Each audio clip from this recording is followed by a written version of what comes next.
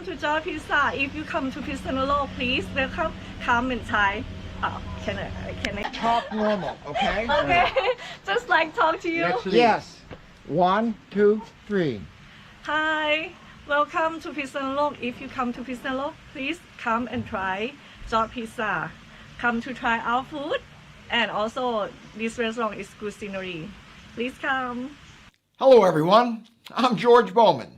In today's show, we're going to talk about something that I am guilty of, and that would be boring. I watch YouTube for my screen entertainment, and sometimes Netflix. Usually, it turns out to be YouTube. Or as my father would often say, the boob tube. Let's see what's on TV tonight.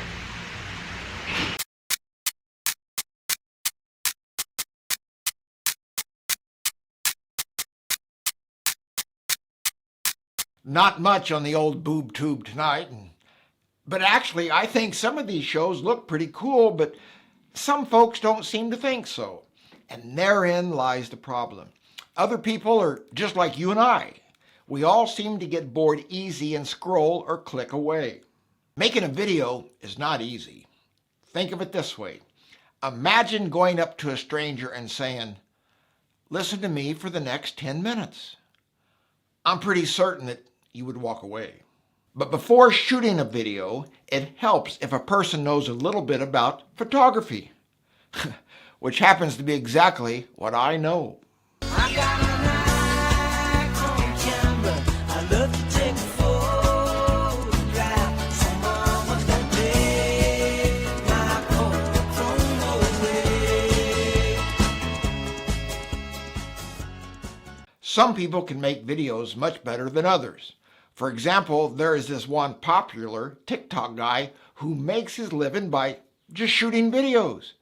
I wouldn't even know how to use his equipment. Speaking of gear, we had a Thai PBS camera crew drop by one day for an interview, and they spent a good hour just setting up equipment. These guys were definitely a professional crew. And no, it was not about pizza. It was about living in the golden age. เรคเตอร์วิจารณ์หนึ่งเดี๋ยวนั่นเลยแล้วของเราต้องเริ่มจัดตอนไหนเดี๋ยวบอยบอกให้ครับเดี๋ยวพี่ดีก็ค่อยๆจับไว้นะแบบนี้พร้อมเรคคอร์ดครับก้ามา5 4 3 2โอ้โหบรรยากาศดีมากโอ้ยคนสวยคนนี้พี่ดีแน่นอนสวัสดีครับสวัสดีค่ะ Did you ever wonder why people often say 1, 2, 3, cheese when taking a photo of someone? It's one of those universal habits that feels a bit silly when you stop to think about it. But there's actually a mix of linguistic science and history behind why we tell people to say cheese. The short answer, it's all about the mouth shape. When you say the word cheese, your facial muscles mimic a natural smile. Say cheese. I'm waiting. It hasn't always been cheese. It used to be prunes. People often think it was because the cameras were slow at the time, but that's not true. Instead, a small mouth was considered the beauty standard of the day. A person that smiled was often seen as a sign of being low class, drunk, or even mentally unstable. And guess who made the say cheese popular? You can thank the politicians back in the day. They wanted to look friendly and trustworthy in their photos. Now we see it all the time. Then comes along Kodak. Cameras became faster and easy to carry around. Now everyone was trying to capture the moment. Smile for the camera was often heard. Now let's look at a sweet smile that went sour. One day in Bangkok, I spotted a pro photographer mid-session and decided to hang back and watch. My goal was to observe and not to interfere with his work. That plan lasted until the model caught my eye and smiled. Safe to say, I blew his focus. Sorry about that, dude. Actually, Thailand has tons of places where photos or videos are not allowed. However, most people simply ignore the signs. My experience has shown that if a person has a phone in their hand, a photo will usually be forthcoming. People take pictures. pictures of the summer, just in case someone thought they had missed it, and to prove that it really existed. Fathers take pictures of the mothers, and the sisters take pictures of brothers, just to show that they love one another. You can picture love that you took from me when we were young and the world was free. Pictures of things as they used to be. Don't show me no more, please. People take pictures of each other just to prove that they really existed.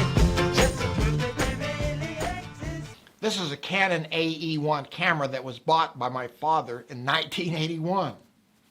This 45-year-old camera was not like today's cameras. A person had to actually know something about the craft of photography to get good pictures. In today's world, people look at these tiny new cameras and think, oh, that looks easy. I'm still waiting for that to be true. Just because it fits in your pocket doesn't mean it makes sense in your hands. However, it makes little difference if you have the latest smartphone or professional camera with tons of AI features. There is one manual skill still needed. Lights, camera, action just doesn't happen. My goal is to try and capture what I am seeing when clicking the button. It's not always an easy thing to accomplish. There is an old saying that a picture is worth 1,000 words.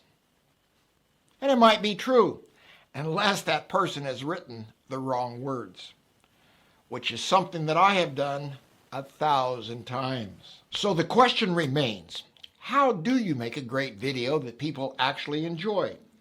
It's time to sit down and listen to the teacher. Nicole is a well-known Nigerian filmmaker and content creator. She represents a younger generation of Nigerian artists who are bridging the gap between traditional filmmaking and digital brand storytelling. Hello, Mr. George. It's Nicole here, your former 4th grade student. And I have to say, this is such a full circle moment, isn't it? You were once my teacher, and now I get to be yours. You asked for tips on how to make a great video, so here are my suggestions. First of all, don't overthink it. The best videos aren't always the most perfect ones. They're the honest ones. You already have something very unique.